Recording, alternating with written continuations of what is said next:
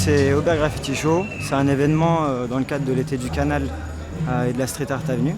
Donc on est sur une rue perpendiculaire au Canal et c'est un événement qui met en valeur la culture graffiti, très présente sur Aubervilliers. Voilà. Donc une journée avec ateliers, création de fresques.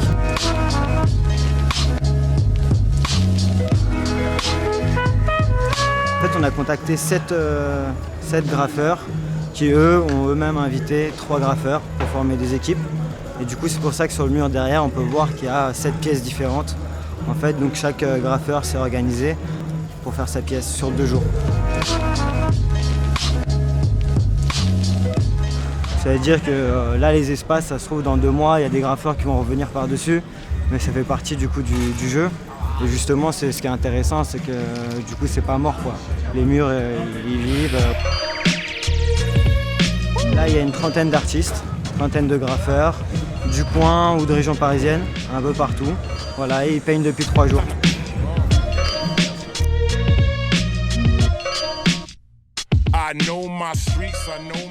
Alors aujourd'hui, on est ici pour proposer un plateau radio participatif, comme nous faisons souvent lors de festivals ou fêtes de quartier, événements extérieurs, où les gens de 7 à 77 ans, et plus ou moins, qu'importe, sont les bienvenus à participer à la création d'un journal radio, souvent sur les thèmes du festival ou etc. Alors, dans le cas d'aujourd'hui, c'est en lien avec le journal Mazette qui est fait par les jeunes du quartier et du coup, ils viennent commenter là-dessus et le processus de création autour du journal et des autres activités qui ont lieu dans cette fête de quartier. Aujourd'hui, il y a plein d'ateliers. Il y a un atelier de lanterne, il y a l'atelier de radio TZ. Et après, il y a plein d'autres ateliers. Et aujourd'hui, je crois que c'est la 6e édition de je sais plus trop quoi. Et voilà. C'est le festival du Jardin des Fabriques. Tous les ans, on fait un festival dans le jardin avec les habitants, les potes des autres associations, des intervenants, on fait des ateliers. Alors, c'est un jardin un peu expérimental qui est là dans la cité, qui est un jardin ouvert. Donc c'est pas un jardin sur le mode jardin partagé où chacun fait une petite parcelle. C'est un jardin où on travaille un peu sur le thème de la permaculture, où on paille, où on fait pousser plein de plantes sauvages. C'est un jardin qui se débrouille un peu tout seul et qui est beaucoup quand même un jardin pour les enfants de la cité autour. Et aussi pour les habitants qui se le sont appropriés. Certains viennent y fêter des anniversaires, par exemple. Parce qu'on a construit un praticable qui reste là toute l'année. Et il y a aussi les jeunes aussi tous les soirs qui profitent bien de la cabane. Je pense que là, au bout de ce nombre d'années-là, si vous interrogez les enfants, en fait, ils attendent le festival au jardin tous les ans. C'est un événement festif, sympathique, au mois de juillet. Oui, moi j'aime bien. Ma mère, c'est elle qui a voulu nous emmener ici, mais moi j'aime bien ici.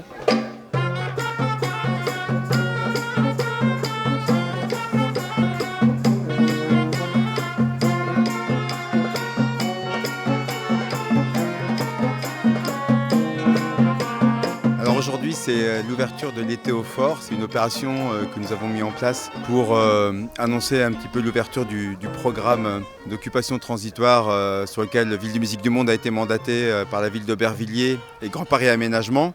Donc un programme d'urbanisme transitoire qui va venir s'installer dans les murs du fort d'Aubervilliers dès cet été, dès le mois de juillet. Cet automne avec le festival Ville de Musique du Monde et on poursuivra pour une ouverture quasi définitive, j'espère en tout cas à partir d'avril 2020. On avait suivi un petit peu de loin ce qui allait se tramer au fort d'Aubervilliers et on est venu jeter un petit œil et découvrir le programme. C'est pas mal, c'est bien pour les enfants. Moi, je suis venu en famille avec mes 2 filles, mon petit-fils et mon épouse. Moi, qu'on s'occupe un petit peu des immenses terrains comme ça, alors moi qui restera presque à l'abandon, c'est bien.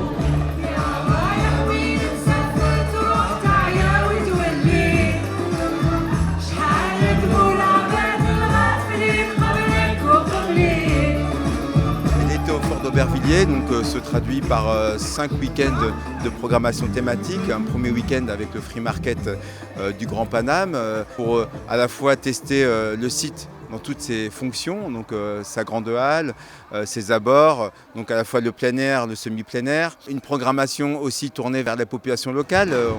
Ce soir notamment, on accueille Ali Amran, donc un grand chanteur de rock kabyle. Et tous les week-ends de juillet, une programmation thématique qui va à la fois d'une fête électronique à l'accueil d'un des spectacles importants du festival Paris Quartier l'été. Jusqu'à un hommage qui sera rendu à Faites Efforts, donc cette manifestation qui avait lieu il y a quelques années sur Aubervilliers, au cœur même de la casse, car la vocation initiale de ce fort d'Aubervilliers, au-delà de son histoire militaire, c'était aussi ces dernières années dans l'imaginaire des gens, c'était le fort d'Aubervilliers, c'est une casse. Ben voilà, l'idée c'est de l'ouvrir au plus grand public et permettre aussi à créer des habitudes nouvelles. Le fort, c'est une grille qui est fermée tout au long de l'année. Voilà, c'est absolument pas un lieu de vie. Pour nous, l'enjeu, c'est d'en faire un lieu de vie pour le programme transitoire, mais aussi un lieu de vie pérenne.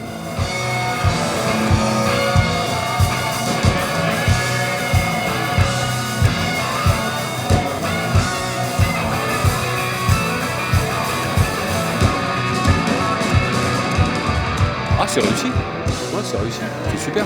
Il y a un mélange, il y a des stands d'artisanat, il y a un petit bar, il y a la scène, là il y a l'écran, il y a la retransmission de la Coupe du Monde, la finale, donc c'est super. C'est cool. Toujours agréable de se balader pas loin de chez nous, de trouver des choses différentes. Pour moi, traverser la rue et venir ici, c'est la même chose qu'aller à l'autre bout de Paris finalement. Parce que c'est une ambiance un peu différente. Moi j'ai grandi pas loin d'ici, donc forcément le lieu on le connaît. Et puis surtout, c'est qu'il y a eu une grande fête ici en 1984. Et c'était l'occasion du premier grand concours de danse en Europe et donc en France. Et on avait la chance d'y participer avec des copains du coin.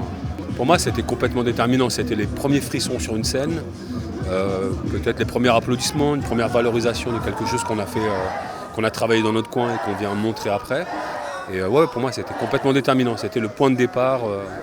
Et j'y reviens encore aujourd'hui avec toujours cette petite nostalgie de l'époque.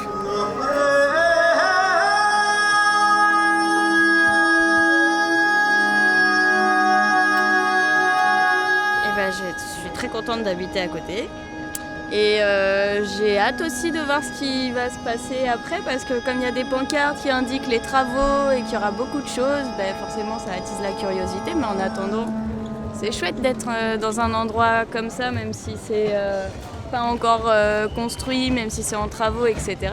Parce qu'on peut partager avec plein de gens du quartier ou pas. Ouais. Je suis vraiment contente de pouvoir voir ça et que ce soit ouvert, et que ce soit à côté et qu'il y ait une vraie diversité en fait de propositions.